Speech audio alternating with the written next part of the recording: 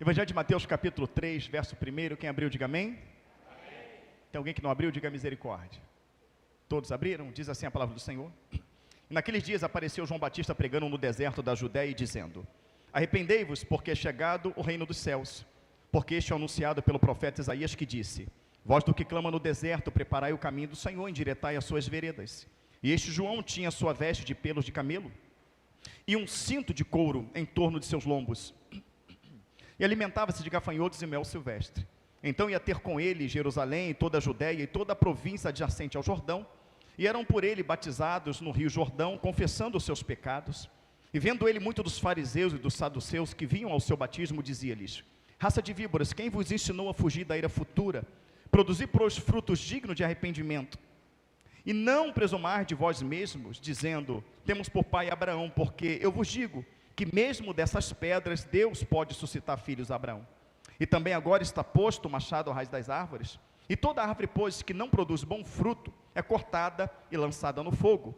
Eu, em verdade, vos batizo com água, para o arrependimento, mas aquele que vem após mim é mais poderoso do que eu, e não sou digno de levar as suas sandálias. Ele vos batizará com o Espírito Santo e com fogo. Em sua mão tem a pá, e limpará a sua eira, e recolherá no celeiro o seu trigo, e queimará a palha com fogo que nunca se apagará. Louvado e exaltado seja o nome do Senhor Jesus. Que a gente pode se assentar, se sentir no coração, glorificando o nome do Senhor.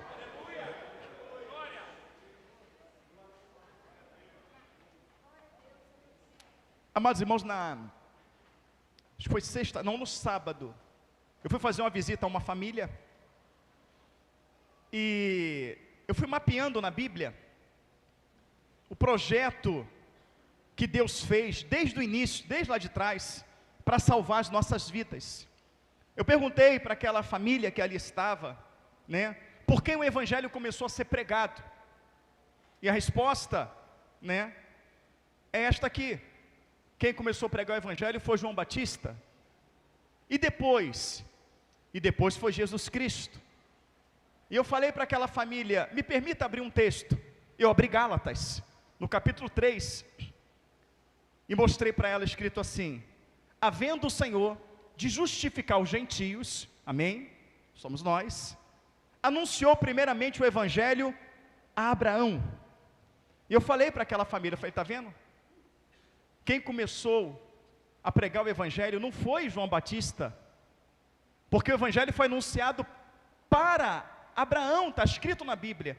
E fui dizendo para ela o que é Evangelho. Evangelho é o projeto de salvação de Deus para a minha e para a sua vida, que o Senhor começou desde lá de trás. E quando você começa a mapear a Bíblia desde lá de trás, e vendo o que Deus fez, o que Deus moveu, para que eu e você pudéssemos ser resgatados das trevas para a maravilhosa luz, você vê todo o amor e o cuidado de Deus, até que chegou no ponto máximo do seu ápice, dele entregar Cristo. E as pessoas falam que ele entregou Cristo porque ele tentou primeiro com o sacerdote no sacrifício de animais, não conseguiu.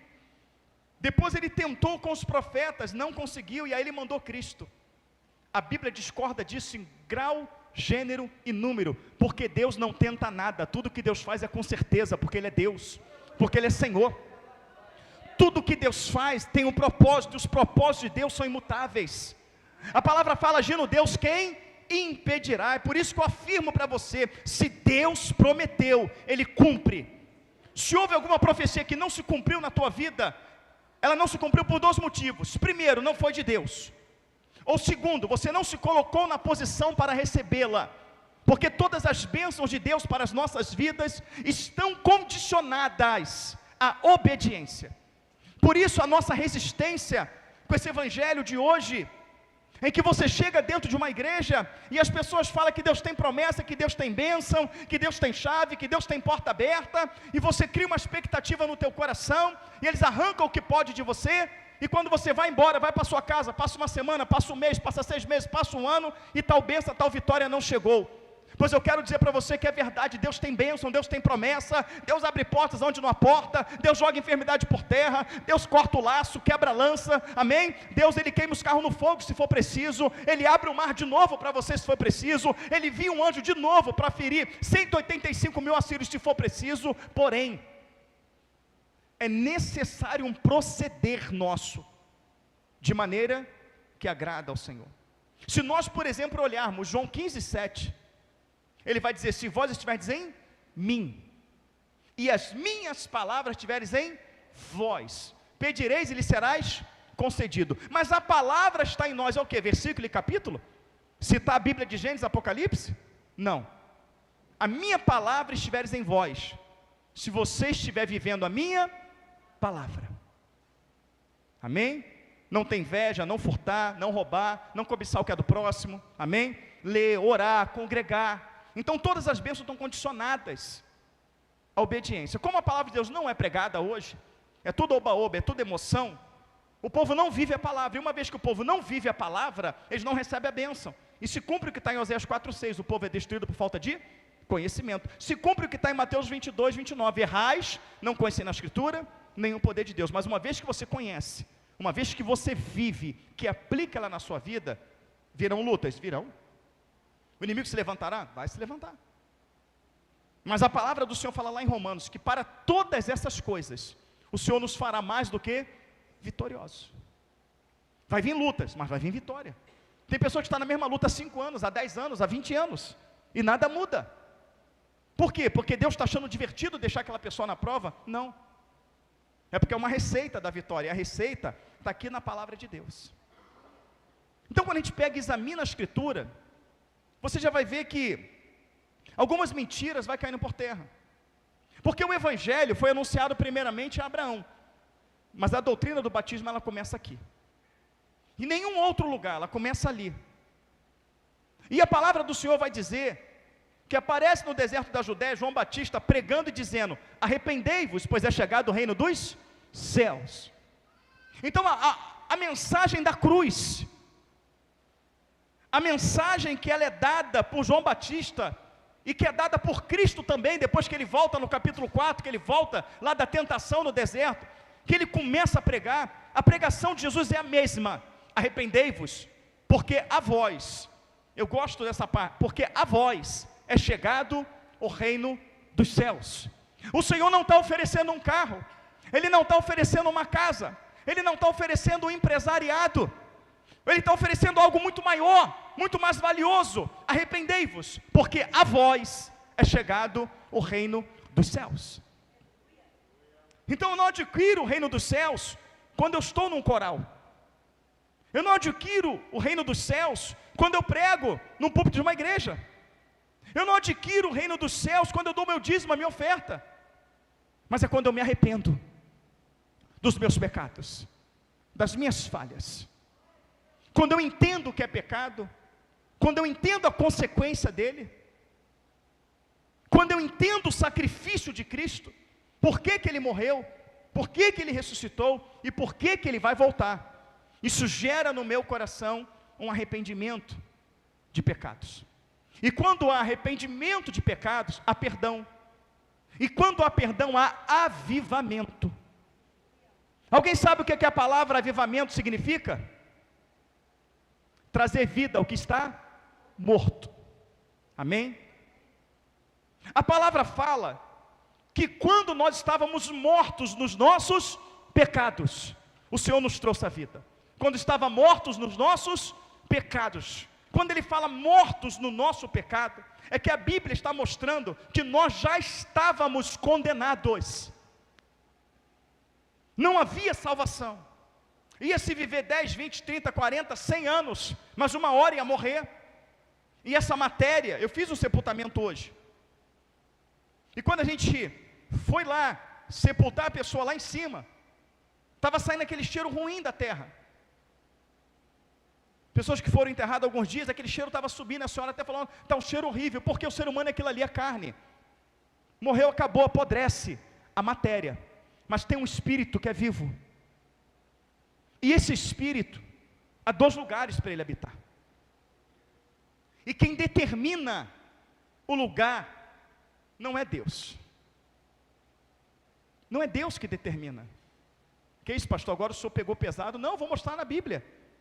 Quem é que determina? Quem é que determina? Somos nós. Nós é que determinamos para onde vamos ir. Você pega uma pessoa que ela está sofrendo de obesidade. E o médico fala assim, ó, você vai morrer. Porque está com gordura nos rins, porque está com gordura nas suas artérias, a sua pressão está alta, você precisa emagrecer. Tem umas que, ó, né? Tem pessoas que são fortes geneticamente, não traz problema. Tem pessoas que engordaram por outro motivo e está prejudicando a saúde, o médico fala assim, ó, tu vai morrer. Tem pessoa que nem liga. Nem liga. Vai 200, 300, até parar de andar, não liga. Mas tem pessoas que falam, não, eu quero viver. E você vai ver a determinação daquela pessoa. A pessoa começa a caminhar, começa a fazer exercício, fecha a boca, faz dieta, tal. Quando você vê aquela pessoa está como? Fininha. Ela determinou ser daquele jeito. Como ela pode falar, não, eu vou continuar comendo tudo, eu vou morrer, não tem problema. Já viu quando uma pessoa fuma muito, começa a tossir, está magro, você vai larga esse cigarro, porque tu vai matar, isso vai te matar. Ela vira para você e fala assim, todo mundo vai morrer um dia. É ou não é? Ela não quer mudar. Mas existe aquelas pessoas que fumam 20 anos, 25 anos, 30 anos. E ela olha para o cigarro e fala assim, como o irmão Sérgio fez, uma sola, ele olha, não vou fumar mais. A partir de hoje eu não te coloco mais na minha boca. Determinação, escolha. Escolha. Assim é o céu e o inferno. E aqui João, ele traz a proposta do batismo, do arrependimento. E o batismo, ele acontece no mar, não é? Não, ele acontece no Rio Jordão. Ele acontece onde tem água potável. Porque se você beber água do mar, o que acontece com você? Tu morre, por conta do sal. Mas se você beber água cristalina de um riacho, o que acontece? Ele te dá vida, a água é vida. E o Senhor fala, as minhas palavras é espírito e vida. Então quando João vem pregando a palavra, arrependei-vos, João ele está dando água ao sedento, porque Amós 8:11 diz que haveria fome e sede não de comida nem de bebida, mas de ouvir a palavra de Deus. E a Bíblia mostra que havia 400 anos que o Senhor estava em silêncio, que Ele não falava, e agora Ele traz vida, Ele abre um manancial de água viva. E esta água que é a palavra, que representa a água do batismo, esta água, esta palavra, ela precisa te matar. Espera aí, pastor, explica. Ela precisa matar a velha criatura. Ela precisa matar o velho homem.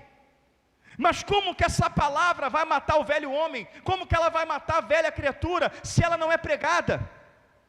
E por que ela não está sendo pregada? Porque se tem uma bandeira de igreja, se carrega o nome de Jesus, Ele é o mestre, Ele é o Senhor, e a ordem do mestre é ir de pregar o evangelho. Não é pregar coach, não é pregar livrinho, revistinha, é pregar o evangelho. E o que é o evangelho? O evangelho é que você está condenado, destinado ao inferno, por uma dívida que você fez quando você pecou, mas houve alguém, aleluia, coroado de glória, rico em majestade, que se despiu da sua glória, se fez carne, habitou no meio de nós, e pagou o seu preço, a sua dívida. Ou melhor, a sua dívida não, Ele pagou a dívida de quem crê.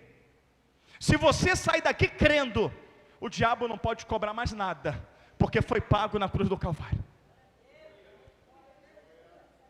A palavra do Senhor fala que Deus amou o mundo de tal maneira que deu seu único filho, único, para que todo aquele que nele crê, preste bem atenção, Deus amou o mundo de tal maneira que deu seu único filho, para que todo aquele que nele crê não pereça, mas tenha a vida eterna. Não há vida eterna em carne. Porque hoje mesmo, teve sepultamento, um monte lá.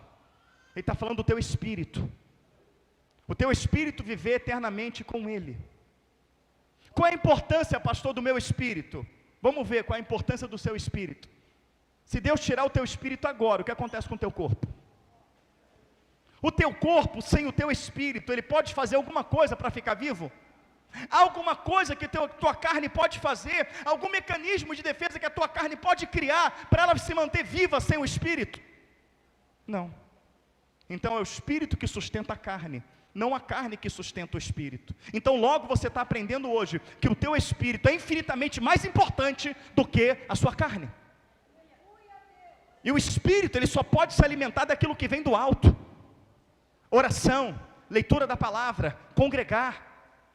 Você precisa ter o Senhor na tua vida. A palavra fala que é uma morada dentro de você.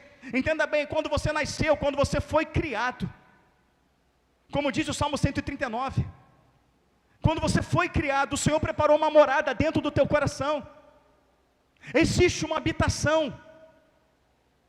Imagina você passar a ter uma casa muito linda, e aquela casa está vazia, não mora ninguém. Se aquela casa passa 1 ano, não tem ninguém, passa 2 anos, não tem ninguém, porta aberta, portão aberto, passa 3 anos, não tem ninguém, qual é a possibilidade daquela casa ser invadida por alguém que não presta e tomar posse? A probabilidade é grande ou pequena? Não é quase de 100%? Deus fez uma morada, mas essa morada é para Ele. Mas Ele espera você ter a consciência, para quando você tiver a consciência, Ele falar para você: olha, eu te criei, eu te formei, e criei uma morada no teu coração. Esta morada chama-se templo do meu espírito. Foi eu que te criei, foi eu que criei essa morada. Eu posso entrar, eu posso habitar, porque Ele habitando, a Bíblia diz que Ele é luz, e diz que as trevas não suportam a luz. Diz que a luz dissipa toda a treva. Aí você fala: não vou entrar. Vai naquela mentira do diabo, sabe? Ainda não é a minha hora, ainda não é o meu chamado. Tinha um monte lá hoje no cemitério que pensava dessa maneira. Tanto é a tua hora, tanto é o teu chamado, que o Senhor manda eu pregar o evangelho em tempo e fora de tempo. Pregue em tempo e pregue em fora de tempo. Por que Ele mandou pregar isso? Porque é tempo de se arrepender, é tempo de se converter.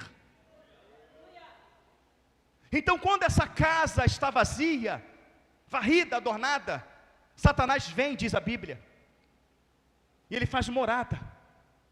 E de repente esse vazio, essa tristeza, essa angústia, essa fase terrível, que tudo que tu põe a mão, nada vai para frente, não pregando de prosperidade e riqueza, mas de dignidade, poder pagar suas contas, é porque quem está habitando aí não é Deus, mas quem fez essa morada foi Deus. Foi Ele que fez, para te dominar, para te controlar, não, para te guardar e te direcionar. Ele quer fazer com você o que está escrito em Isaías 41, vivemos um mundo difícil, vivemos um mundo de treva, um mundo que o diabo se levanta, e Ele quer fazer igual a Isaías 41, Ele quer segurar na tua mão e falar: eu, Senhor teu Deus, te tomo pela tua mão, a tua mão direita, e digo: não temas, eu te esforço, eu te ajudo, eu te sustento com a destra da minha justiça, aleluia. Então o povo não entendeu essa morada, e demônios, potestade maligna, principados, tomaram conta da mente, do coração, da vida do ser humano. Isso matou os princípios de Deus na vida do ser humano. Você está vendo os princípios de Deus aí fora? Então a palavra fala que houve uma divisão, houve uma contenda entre Deus e os homens. Isaías 59:1 diz que a mão do Senhor não está encolhida para que não te abençoe, nem os ouvidos dele tapados para que não te ouça, mas o pecado faz divisão entre o homem e Deus. O pecado na Bíblia, ele aparece também como imundícia, ele aparece também como lamaçal. Então quando você ouve a pregação do Evangelho, de que o pecado te separou de Deus, e quando eu digo separar de Deus, permita-me peneirar um pouco isso. O pecado, ele te separou do gozo, da paz, da longanimidade, da benignidade, da fé, da mansidão, da temperança, do amor sobrenatural. Te separou da presença do Espírito Santo de Deus, te separou do reino de Deus, te separou das promessas de Deus. Quem está entendendo, diga amém. Te fez uma pessoa totalmente estranha.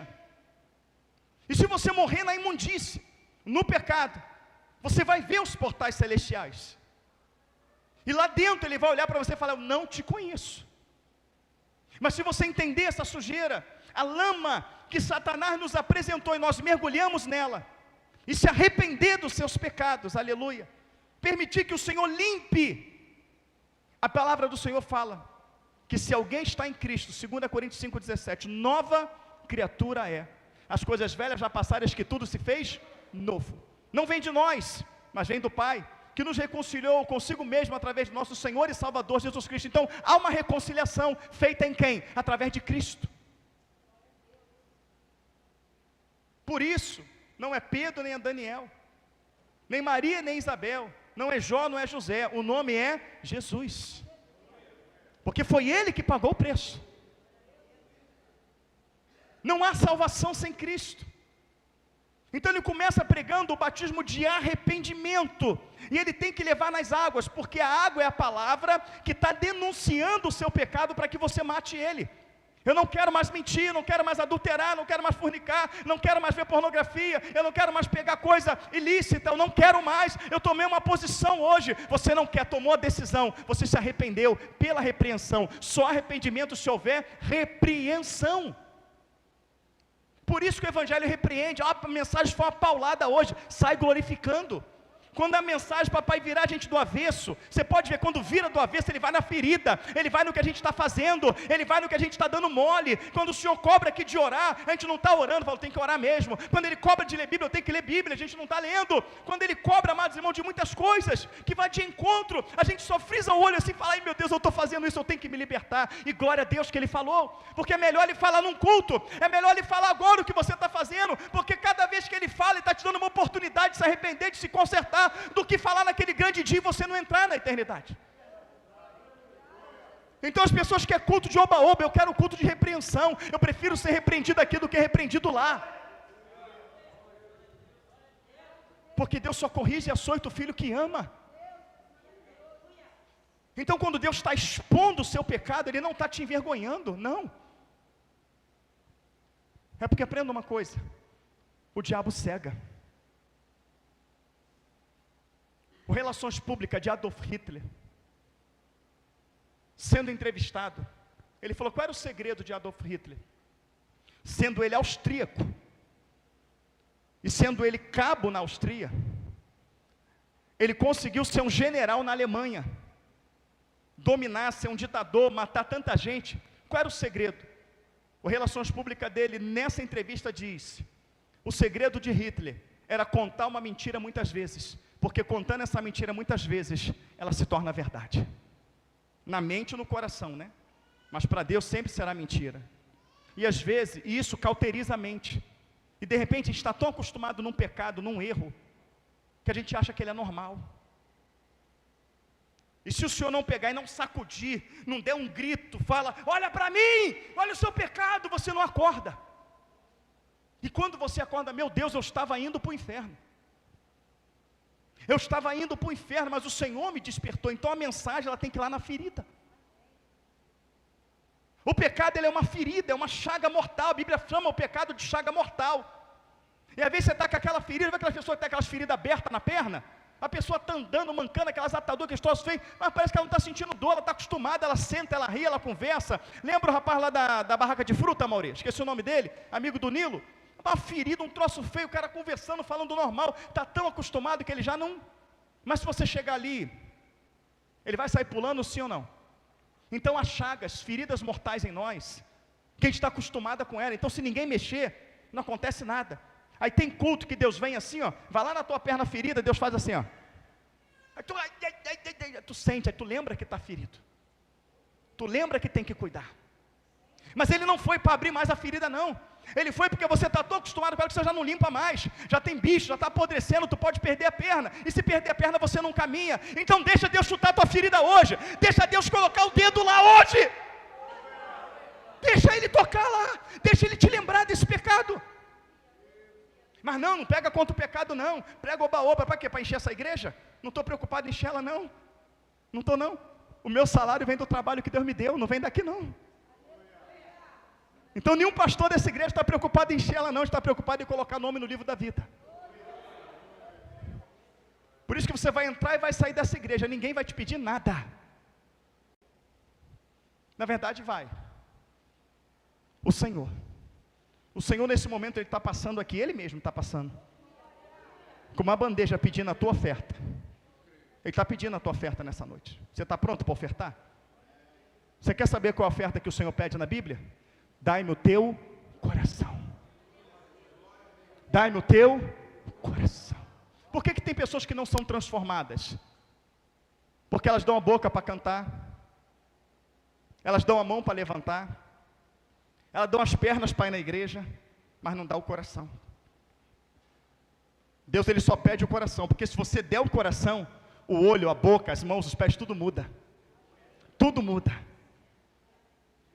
Por isso ele fala assim, vinde como estais. Porque quando alguém é confrontado com a pregação do Evangelho, e ela se arrepende fumando, bebendo, se prostituindo, ele fala assim, vem como está. Por quê? O que você precisava entregar, tu me entregou, que foi o coração, o resto é fácil.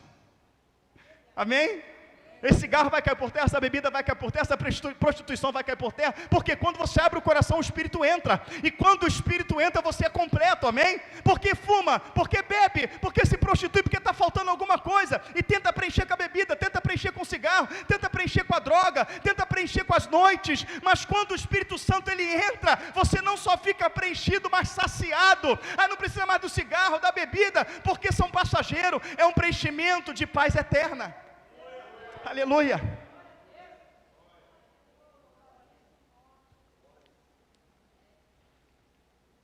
Ele começa a pregar o arrependimento. Arrepender-vos que é chegado o reino dos céus, que é isso que Deus quer te dar, o reino.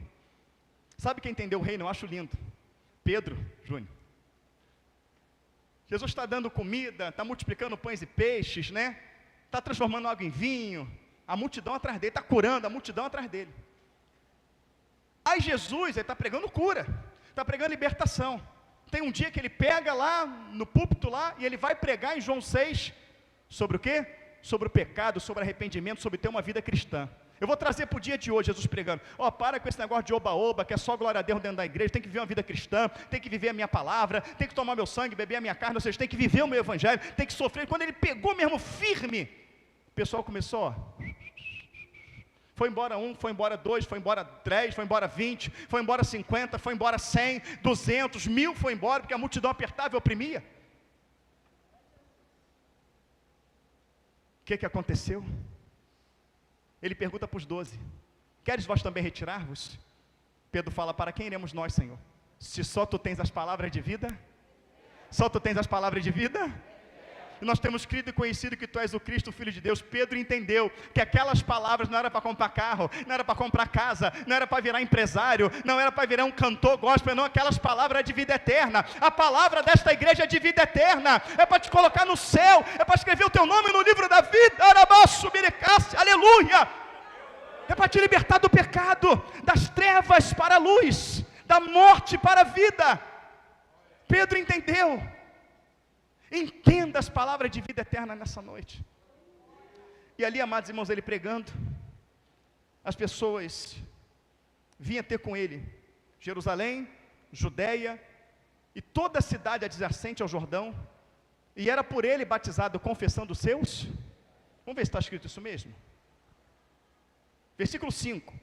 Então ia ter com ele Jerusalém, toda a Judeia e toda a província adjacente ao Jordão, e eram por ele batizado no rio Jordão, confessando seus pecados.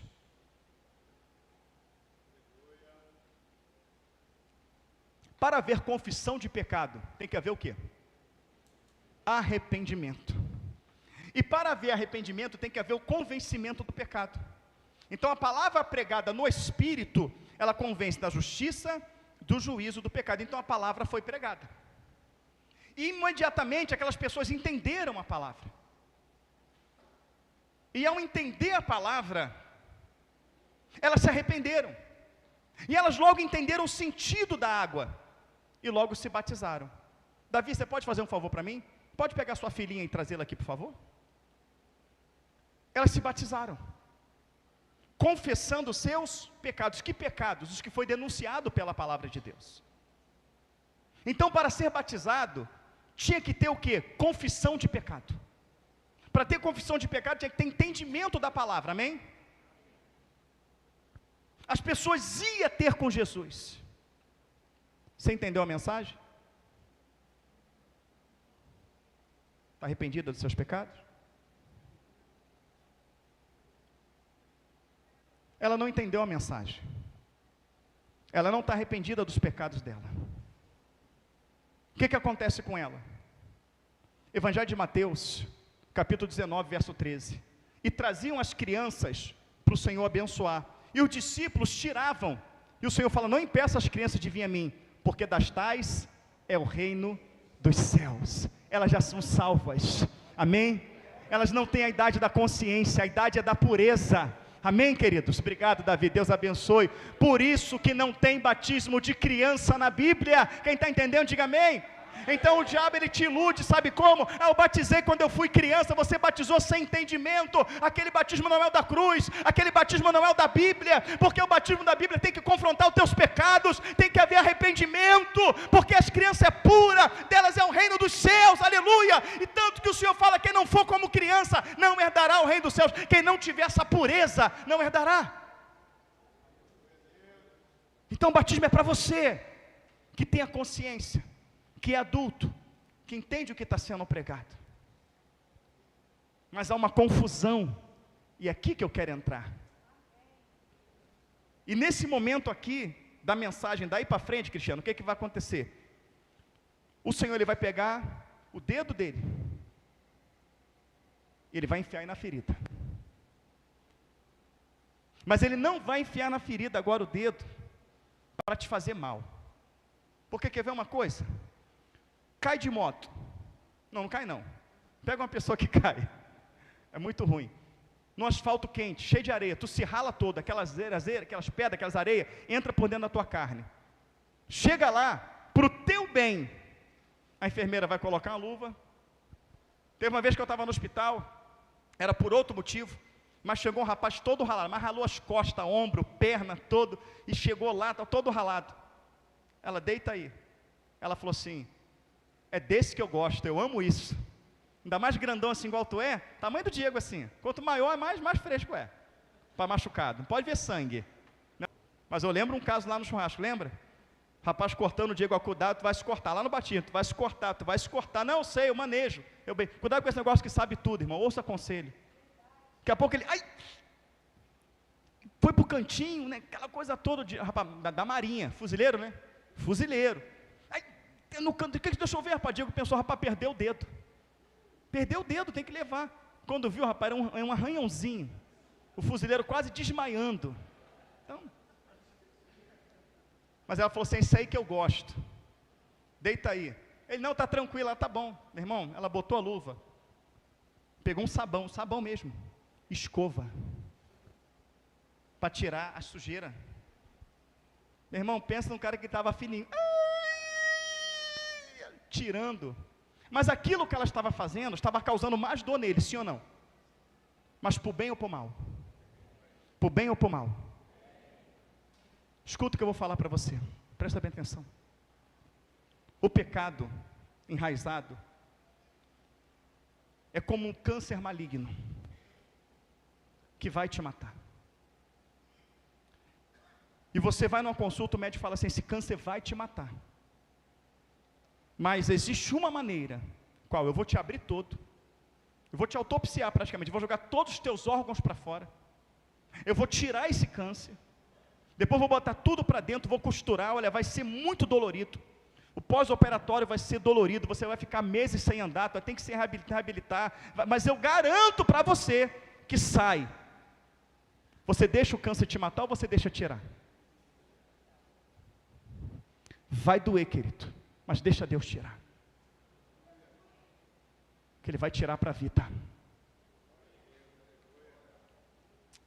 De repente apareceu naquela fila alguns fariseus.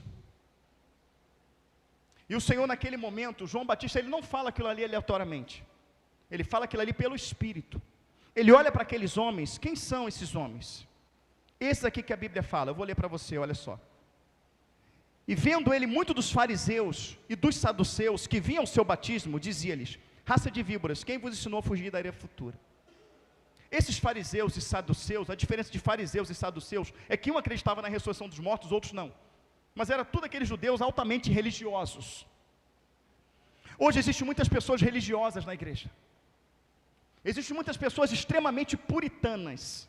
É aquelas que olham para a vida de todo mundo, mas não olham para a sua vida. É aquela que tem tanta santidade para enxergar o problema dos outros, mas não tem santidade para enxergar o seu problema, a sua vida. A Bíblia não me dá o direito de fuxicar a sua vida, mas ela me manda examinar a minha.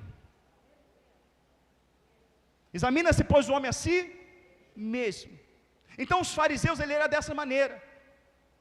Quando alguém estava pregando o evangelho, podia ser Jesus ou os discípulos, depois você vê isso, eles não ficavam ali olhando a mensagem para se edificar. Eles ficavam olhando a mensagem para arrumar uma maneira, alguma coisa para apontar. Arrumar alguma coisa para acusar. Ah, pregou errado. Ah, falou o número do versículo errado. Olha lá. Às vezes, né, na velocidade aqui, você acaba ali trocando o versículo, o capítulo. Ah lá, ele trocou o versículo, o capítulo. Irmãos, entenda bem, é a mensagem que você tem que saber.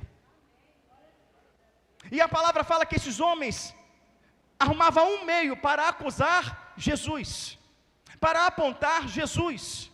Assim também como João Batista, como outros discípulos que vieram, profetas antes do Senhor, sempre arrumando um meio para calá-los, para pará-los, para derrubá-los. Então eles chegam ali para esse batismo, demonstrando um arrependimento. E João Batista olha para eles, porque o Senhor revela, e fala: raça de víboras, quem vos ensinou a fugir da ira futura? E como presumais de vós mesmo, dizendo: temos por pai Abraão? Se até dessas pedras Deus pode suscitar filhos a Abraão. Sabe quem é a pedra? É eu e você. Eram os corações duros, eram os gentios, amém? Que o Senhor prometeu, tá? Uma promessa por gentios. A promessa é que Ele tiraria o coração de pedra, aleluia, e colocaria o coração de carne. Quando você examina a Escritura, você entende esses termos. Até dessas pedras, você vai lá para trás. Quando o Senhor fala que faria um concerto com a casa de Israel, com a casa de Judá, Ele fala que tiraria o coração de pedra e colocaria um coração de carne. Deus nos deu um novo coração, e um coração de adorador. E Ele vai olhar para aqueles homens e vai dizer para eles assim: produza frutos dignos de arrependimento. Produza frutos dignos de arrependimento. Sabe o que João Batista está dizendo? Você não está vindo a mim para se batizar. Você está vindo ao Pai. O compromisso de batismo, ele não é comigo. Eu sou um representante legal dos céus, e você está aqui fazendo um concerto com o Pai. As suas palavras não é para mim, é para Ele. O seu voto não é para mim, é para Ele. O compromisso que você está assumindo não é comigo. João vira e fala: eu só batizo com água. Mas aquele que vem após mim, que eu não sou digno de carregar suas sandálias, Ele vos batizará com o Espírito Santo e com fogo. Porque Ele tem na mão a sua pá, e o trigo vai recolher no celeiro, mas a palha vai queimar no fogo. Primeiro deixa eu falar de trigo e de palha.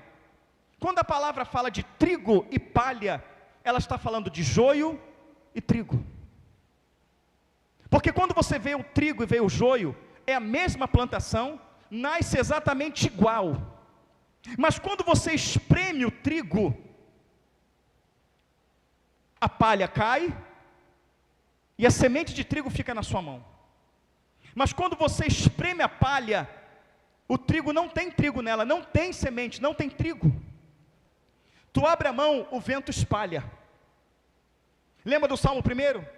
Bem-aventurado que não anda segundo o conselho do ímpio, não se assenta na roda dos escarnecedores, não se detém no caminho dos pecadores, antes tem o seu prazer na lei do Senhor, nela medita de dia e de noite, pois serão como árvores plantadas junto a ribeiros de água, cuja folhagem não cai, e o seu fruto dá na estação própria, e tudo quanto fizer prosperará. Olha o que ele fala agora: mas não são assim os ímpios, é como a palha que o vento espalha. Essa palha é quando vai colher o trigo, e não tem trigo dentro, e ele prega, só tem palha, ele fala, isso é joio. E por não ter semente dentro, tá? É um trigo que sempre vai ficar em pé, é uma planta que sempre vai ficar em pezinha. Ou seja, ela não se encurva, ela não se dobra, ela não reconhece, ela não se humilha, ela não pede desculpa, ela não se arrepende, ela está sempre certa, é altiva. Mas o trigo, por ter a semente dentro, ela pesa, então ela se encurva. Então uma das maneiras de quando for colher o trigo, ele sabe o que é trigo, o que é joio, é porque o trigo ele está curvado, amém? Ele tem um senhor, ele se prostra, mas o trigo é altivo, a palha é altiva, está em pé. Então eles colhem tudo junto, mas ele sabe o que, olhando ele sabe o que é o joio e o trigo. E esses fariseus eram joios, não estavam para se edificar, para serem transformados, para se arrepender. Então eles se infiltraram, foram lá no batismo, mas na verdade não estavam arrependidos. Esses mesmos homens, esses mesmos fariseus, lá na frente, em João 8, eles estão conversando com Jesus, e eles batem no peito dizendo: tem por pai Abraão. Deus fala: vocês têm por pai é o diabo. Esses mesmos que estão aqui se batizando, esses mesmos que desceram as águas, que é para arrependimento, lá na frente, em João 8, o Senhor está falando para eles que eles têm por pai ao diabo. Então o que eu quero dizer para os irmãos, que eu me batizei nas águas, que você se batizou nas águas, amém? Mas nós nos arrependemos. Houve uma conversão sincera? Porque quem me batizou foi o pastor Robson Souza Lima. Mas ele só me batizou, ele só me colocou nas águas. Mas aquele que é maior do que o Souza Lima, ele batiza com o Espírito Santo e com fogo, e ele tem na mão a pá. Este que está acima do Souza Lima, que está acima de todos, e ele vai juntar naquele grande dia o trigo no celeiro, aquele que se encurva, aquele que é servo, e a palha, o joio, ele vai jogar para ser queimado aonde? No fogo. E ele dá um conselho para aqueles homens: produza fruto digno de arrependimento. A salvação não vem quando você toma um banho numa água, mas a salvação vem quando teus frutos mudam, quando o teu comportamento muda, quando a tua vida muda. A minha conversão, o meu título de convertido não vem quando eu me batizo, ele vem quando eu mudo de intelecto, de mente, de caráter. Ele vos batizará com o Espírito Santo e com fogo. Aí fora, eles entendem essa passagem dessa maneira, que o batismo na água você se batiza, e o batismo com fogo é quando você batiza com o Espírito Santo e começa a falar em línguas. É o que eles ensinam aí fora, mas não é o contexto. O fogo neste contexto, ele aparece como condenação. O fogo nesse contexto, ele aparece como inferno. Vamos ler de novo, ver se ele não aparece como? Vamos ler a partir do verso 5. Então ia ter com ele Jerusalém, toda a Judéia e toda a província adjacente ao Jordão, e eram por ele batizados no rio Jordão, confessando os seus pecados. Versículo 7. E vendo ele muito dos fariseus e dos saduceus que vinham ao seu batismo, dizia-lhes: raça de víboras, quem vos ensinou a fugir da era futura? Produzir fruto digno de arrependimento, e não presumar de vós, dizendo: temos por pai Abraão, porque vos digo que mesmo destas pedras Deus pode suscitar filhos a Abraão. E também agora está posto o machado à raiz da árvore. Toda árvore, pois, que não produz bom fruto, é cortada e lançada no...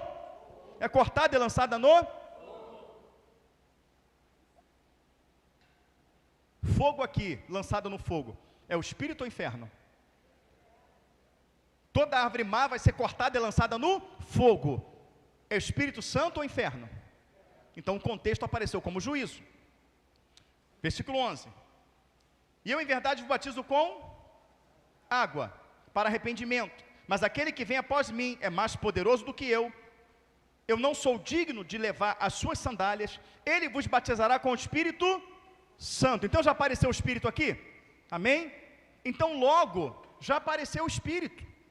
Eles falam que ir com fogo é o Espírito. Não, batizar com o Espírito Santo e com fogo, o fogo do Espírito. Mas já apareceu o Espírito Santo. Apareceu o Senhor, sim ou não?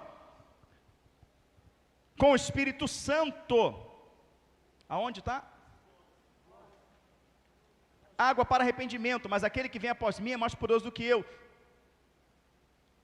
Ele vos batizará com o Espírito Santo e com fogo. E com fogo. Eu carrego na mão uma toalha e eu carrego uma toalha e são coisas distintas? Ou é uma coisa só? Então, eu estou com a toalha e com o microfone. São duas coisas distintas que está aqui. Espírito Santo e com fogo.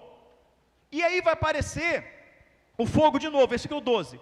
Em sua mão tem a pá, limpará a sua eira, e colherá no celeiro o seu trigo, e queimará a palha com fogo que nunca se apaga. Então a primeira vez que aparece fogo, cortar a árvore e lançar no fogo, é inferno.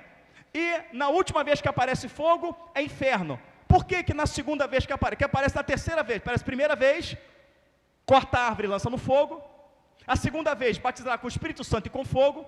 E no final, queimará a palha no fogo que nunca se apaga. Porque o primeiro é inferno, o segundo é inferno e o terceiro não está falando do inferno. Se o contexto ali é condenação, sim, o segundo ele está falando de inferno, sim. Ele está dizendo o seguinte, olha só, eu batizo vocês com água, mas aquele que é poderoso, que é maior do que eu não sou digno, ele vai batizar com o Espírito Santo. Para quem de verdade está arrependido, para quem de verdade vai mudar, para quem de verdade vai dar bons frutos, para quem está convertido de corpo, alma e espírito e não vai se desviar do meu caminho, e com fogo do juízo, para aqueles que estão fazendo igual vocês, só tomando um banho, mas não se convertendo. É isso que ele está dizendo, é isso que ele está falando. Ou seja, ele batiza para o espírito, mas tem o fogo da condenação. Então ele está dizendo para aqueles fariseus, não brinca com isso, não brinca. O batismo que eu e você batizamos, se é o Espírito que foi derramado sobre nós, nada nem ninguém nos desvia da presença do Senhor. Não tem luta, não tem dificuldade, não tem tempestade, não tem prisão. A gente vai falar igual Paulo, estou certo que nem altura nem profundidade, nem presente nem porvir, nem perigo nem espada, nem fome nem nudez, nem anjo nem principado, ninguém poderá me separar do amor de Deus, está em Cristo Jesus o nosso Senhor. Vamos falar igual Paulo, quando ele fala, sei ser fiel a Deus tendo tudo, tendo nada, e sei ser fiel a Deus tendo nada e tendo tudo. Então ali são duas coisas distintas, espírito e fogo. E para que Jesus veio? Ele veio exatamente para te livrar desse fogo. Ele veio exatamente para te livrar dessa condenação. Olha o que Jesus fez por nós. Se Deus não tivesse enviado Cristo, se Cristo não tivesse morrido por nós, Deus continuaria sendo Deus, e Cristo continuaria sendo Cristo. O que ele ganhou com isso? Ele ganhou o quê? Passeatas gay, que escarnecem o nome dele? O que ele ganhou? Carnaval, onde o povo bota o diabo ali ferindo Cristo? O que ele ganhou, irmãos? Quadro. Jesus louro, de olhos azuis, com aquele dedinho. Se a palavra fala em Isaías 53 que ele era feio, quem deu crédito à nossa pregação, a quem se manifestou o braço do Senhor, foi como um renovo perante ele, como a raiz de uma terra seca, não tinha parecer, não tinha formosura, olhando nós para ele, nenhuma beleza vimos para que o desejássemos, desprezado, o mais indigno entre os homens, homem de dor, experimentado nos trabalhos, útil como que os homens escondiam o rosto, ele não era bonito.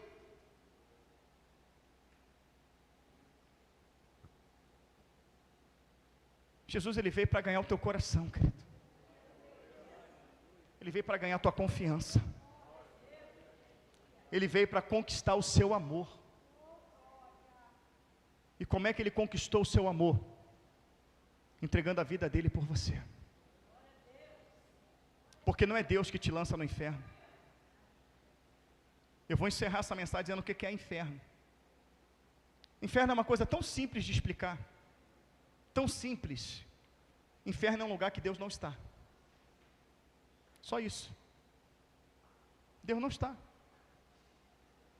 A Bíblia fala que Deus é luz. Então, se Deus é luz, Ele não está no inferno não tem luz. A palavra fala que as trevas lá é tão espessa, diz a Bíblia, que você consegue apalpar. Imagina uma escuridão tão espessa que você consegue apalpar. Deus é amor. No inferno não tem amor. Deus é graça, lá não tem graça. Deus é misericórdia, lá não tem misericórdia. Deus é cura, Deus é libertação, Deus é restauração, Deus é vida. Nada disso tem lá. Mas não é por um período, é eternamente. E quando a palavra fala de gritos, choro e ranger de dentes, se você for estudar a história da Primeira e Segunda Guerra Mundial, se você for estudar os campos de concentração de Adolf Hitler, eles tinham os buracos cavados, escuro, e colocavam as pessoas ali dentro. E quando as pessoas ficavam naquele buraco escuro, não passava uma luz, não passava nada, era um lugar úmido. Quando se passava em torno de 8 dias, de 8 a 12 dias, essas pessoas começavam a gritar desesperadamente. Pode pesquisar. Elas começavam a gritar, elas surtavam, elas enlouqueciam naquele local de trevas. Elas gritavam tanto, elas entravam num grau de loucura tão grande que elas mordiam a língua, elas rangiam o dente de quebrar os seus dentes.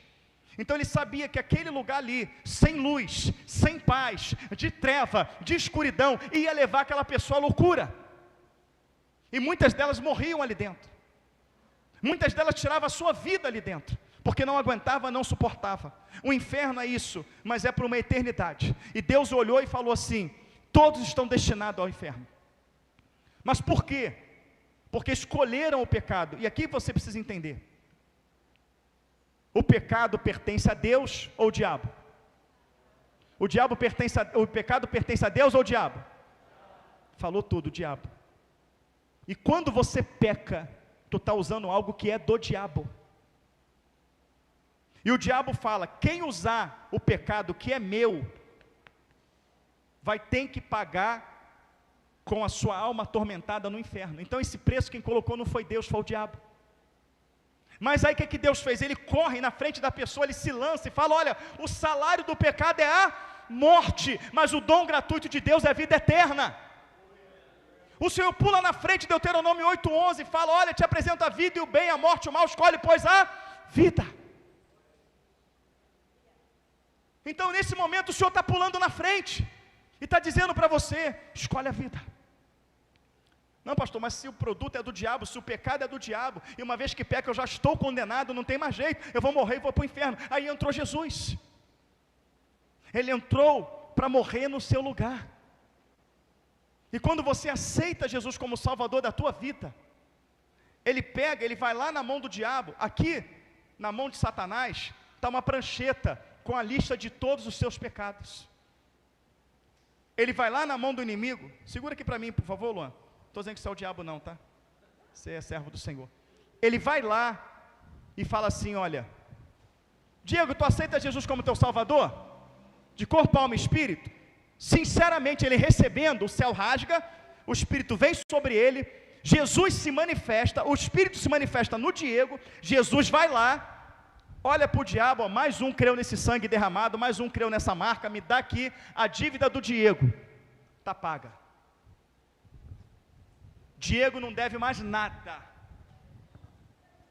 Ele é nova criatura, as coisas velhas já passaram. Ah, mas ele fez isso, ele matou, roubou, fez, aconteceu. Não interessa, está paga a dívida. O Diego tem uma vida nova, ele não te deve mais nada. Ele agora é meu filho amado, em quem eu tenho prazer nele. Ele vai viver comigo eternamente, ele vai ser morada do meu espírito. Ele entendeu que ele é morada do meu espírito. Não há condenação contra ele, não há condenação contra o servo do Senhor, porque é Deus quem nos justifica, aleluia. E é isso que Deus quer de nós.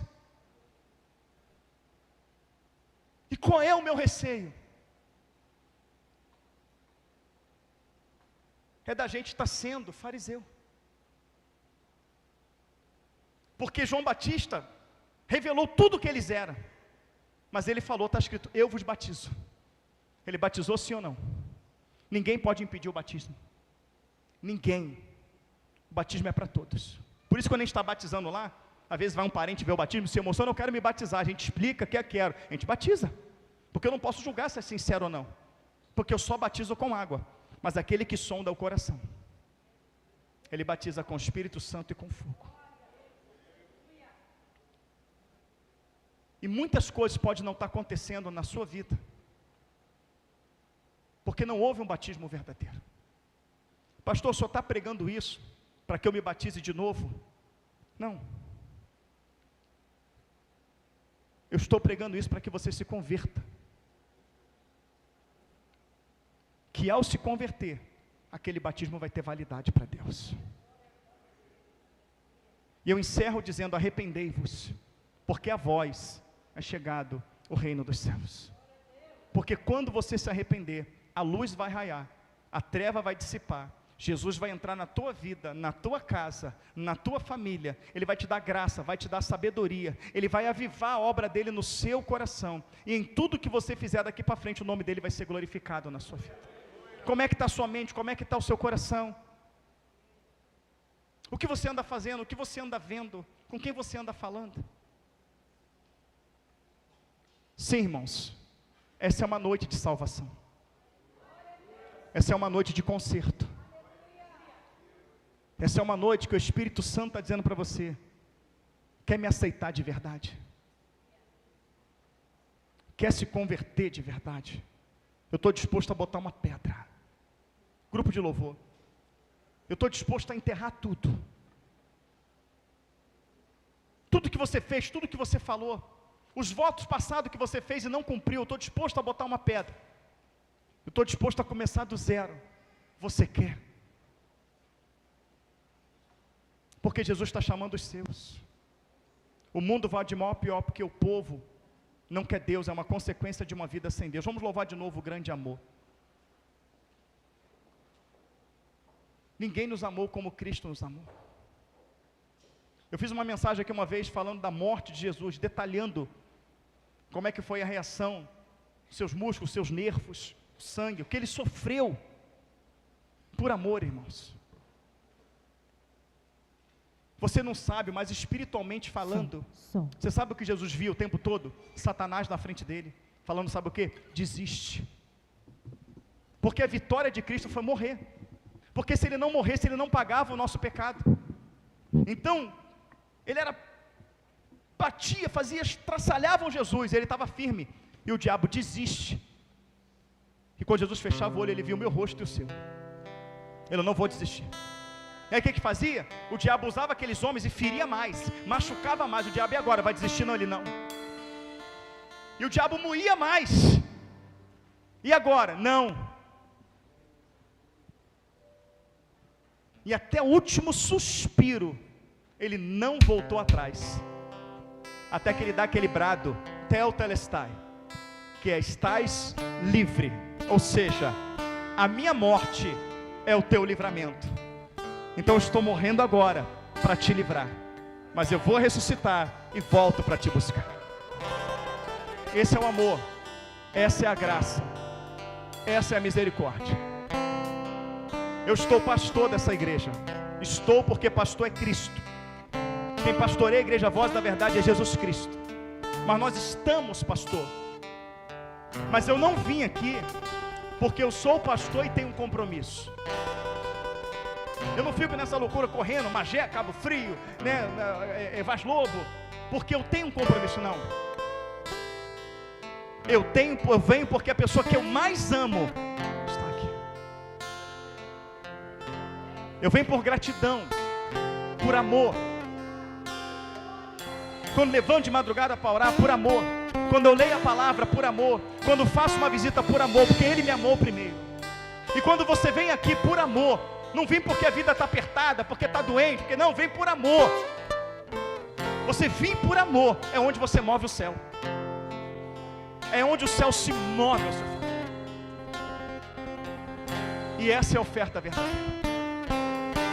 Aleluia. Este hino fala do amor de Deus.